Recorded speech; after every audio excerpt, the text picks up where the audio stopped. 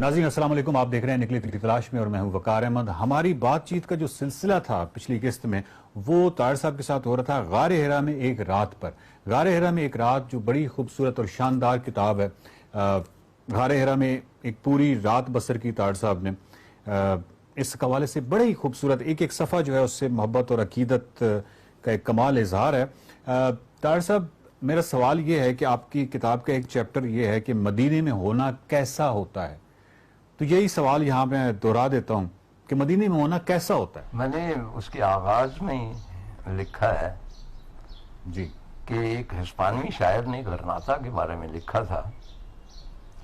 وہ شعر میں نے کوٹ وہاں پہ کیا ہوا ہے، ایگزیکٹلی تو نہیں میں کوٹ کر سکتا، لیکن وہ کہتا ہے اے عورت اس اندھے گداگر کو بھیک دو، کیونکہ غرناطہ جیسے شہر میں ہونا اور دیکھ نہ سکنا اسے، اس سے بڑی بدقسمتی اور کوئی نہیں ہوگی۔ تو غرناطہ تو میں ایک کومپل، اس تناور درخت کی جہاں سے لاکھوں کومپلیں نکلی، غرناطہ، اشبیلیا، لاہور، جتنے بھی ہیں، سمرقند، یہ کومپلیں ہیں نا، اس شجر سے نکلی۔ تو وہ جو شجر ہے، انسان اندھا ہو تو بھی وہ اس کی بہت بڑی خوش قسمتی ہے اگر وہ مدینے میں ہو۔ امام مالک پوری عمر مدینے سے باہر نہیں گئے، جی، اتنے بڑے اسکالر، اتنے بڑے جید عالم، مجتہد، اور ان سے پوچھا جاتا تھا، وہ کہتے تھے کہ میں یہ نہیں چاہتا کہ میں مدینے سے باہر فوت ہو جاؤں، مرنا میں مدینے میں چاہتا ہوں۔ تو جب بھی کہیں جاتے تھے جی، اسی روز لوٹ آتے تھے۔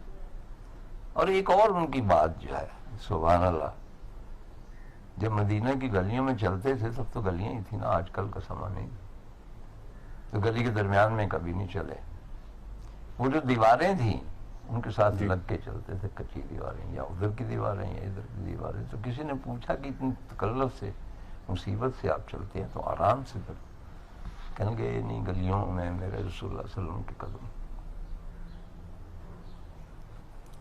تو میں ان پہ قدم رکھنا نہیں چاہتا۔ تو مدینے میں ہونا تو ایسا ہوتا ہے۔ طاہر صاحب، آپ نے اس کتاب میں ایک مسجد کا ذکر کیا ہے کہ رسول پاک صلی اللہ علیہ وآلہ وسلم ہجرت کے دوران جب مدینہ داخل ہوتے ہیں تو اس سے پہلے انہوں نے وہاں پہ ایک جگہ ہے جہاں پہ نماز ادا کی، جہاں پہ مسجد ہے۔ آپ نے یہ مسجد دیکھی، اور اس کے حوالے سے اس لیے کچھ بتائیے کیونکہ اس کا ذکر بہت کم ملتا ہے مختلف کتابوں میں، مطلب کسی بھی جگہ پہ اس کا ریفرنس کم ملتا ہے، تو اس مسجد کے بارے میں ذرا بتائیے گا۔ ہم مطلب ہے کہ آ رہے تھے واپس، وہ میں بعد میں کعب بن اشرف کے قلعے پہ ہم گئے اور غش جو کنواں اس کو دیکھا، وہاں سے واپس آ رہے تھے تو وہ ملتانی بابا جو تھے ان کے اگلے دانت نہیں تھے، تو ان کی پھونک نکل جاتی تھی، تو سمجھ نہیں آتی تھی ایگزیکٹلی کیا کہتے ہیں۔ تو ایک جگہ تھا، ویرانہ سا تھا، اور ایک باغ تھا کھجوروں کا، اور اس کے ارد گرد باڑ تھی جالی دار، بہت جی، مطلب بند۔ وہ انسسٹ کر رہے تھے کہ یہاں اندر کچھ ہے، اور وہ غرنونہ یا غنونہ کچھ کہتے تھے جو میری سمجھ میں نہیں آتا۔ تو ہم گئے تو وہ بند تھا اس کا گیٹ، اور اندر کچھ سندھی مزدور کام کر رہے تھے۔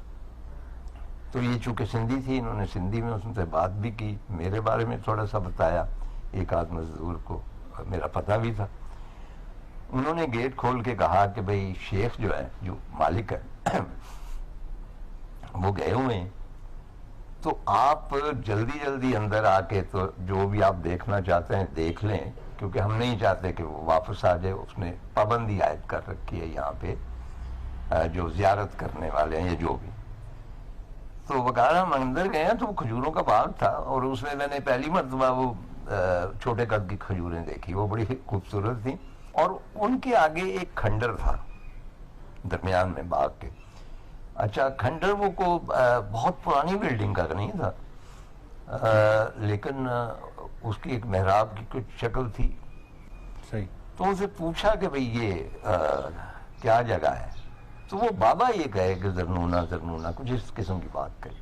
تو واپسی پہ میں نے دراصل کیا یہ کہ دیکھا سب کچھ، پہلے بھی کچھ پڑھا، واپس آ کے کوئی تحقیق تھوڑی بہت ڈیپتھ میں جا کے، تو فائنلی مارٹن لنکس کی کتاب ہے، محمد from the ancient sources.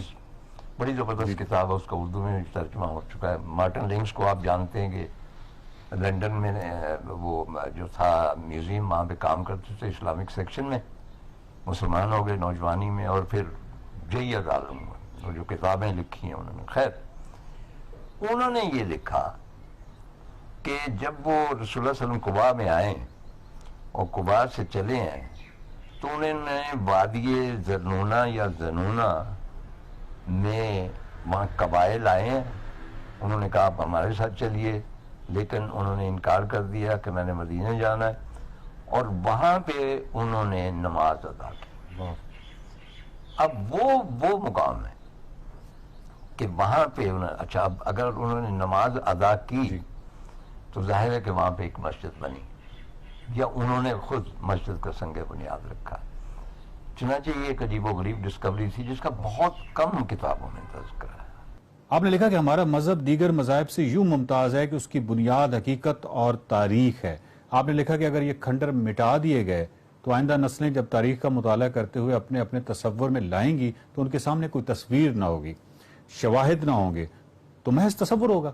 جذباتی وابستگی اور عقیدے کی عظمت کو وسعت دیتے ہوئے ایک ٹھوس حقیقت کی بجائے ایک دیو مالا کی شکل اختیار کر جائے گا.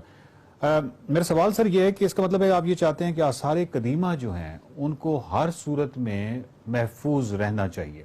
ایکچولی جب ہم قلعہ کہتے ہیں نا تو ہر خطے میں قلعے کا کانسیپٹ ٹوٹلی مختلف ہے. وہ جرمنی میں مختلف ہوگا, انگلینڈ میں مختلف ہوگا, مڈل ایسٹ میں مختلف ہوگا, وہاں پہ چائنا میں مختلف ہوگا. ہم لاہور میں ہیں تو ہمارے ذہن میں پھاٹک آتا ہے, بادشاہی جو ہے ہمارا قلعہ, شاہی قلعہ. لیکن سب جگہ قلعے تو ایسے نہیں ہوتے. عرب میں ان زمانوں میں جو بڑی حویلیاں ہوتی تھیں, جس طرح ہمارے ہاں نارتھ ویسٹ اپنا جو خیبر پختونخوا ہے, اس میں آپ نے دیکھے ہوں گے کہ کئی مکان قلعہ نما ہوتے ہیں. تو اس نوعیت کے وہ مکان تھے. تو ہمارے میں کیونکہ وہ پورا جو بنو اشرف کا قلعہ تھا, کعب بن اشرف کا, اور وہ قلعہ کہلایا ہے, وہ میرا خیال 2-3 کنال میں ہوگا, اس کے کھنڈر ہوں گے.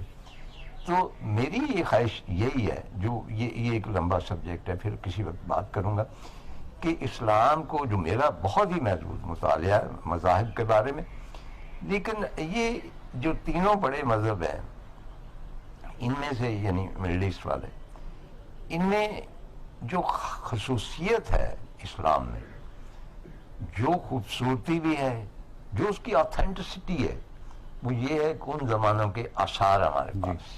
پیسج آف ٹائم, لوگوں کے سامنے اگر تصویر نہیں ہوگی آتھینٹک تو وہ ان کی جو کہانیاں ہیں مذہب کی, وہ فینٹسی کی صورت اختیار کر جائے. جی وہ آلریڈی ہمارے کچھ حضرات جو کھڑے ہوتے ہیں ممبر پہ, وہ اس کو بہت ایگزیجریٹ کرتے چلے جاتے ہیں, اور اس طرح کیونکہ انہوں نے تقریر کرنی ہوتی 2 گھنٹے, تو وہ بعض اوقات اس ایگزیجریشن کو بھی لوگ پارٹ آف ریلیجن جانتے. تو جب وہ کھنڈر سامنے ہوگی, مطلب ترکوں نے بڑا بے مثال کام کیا.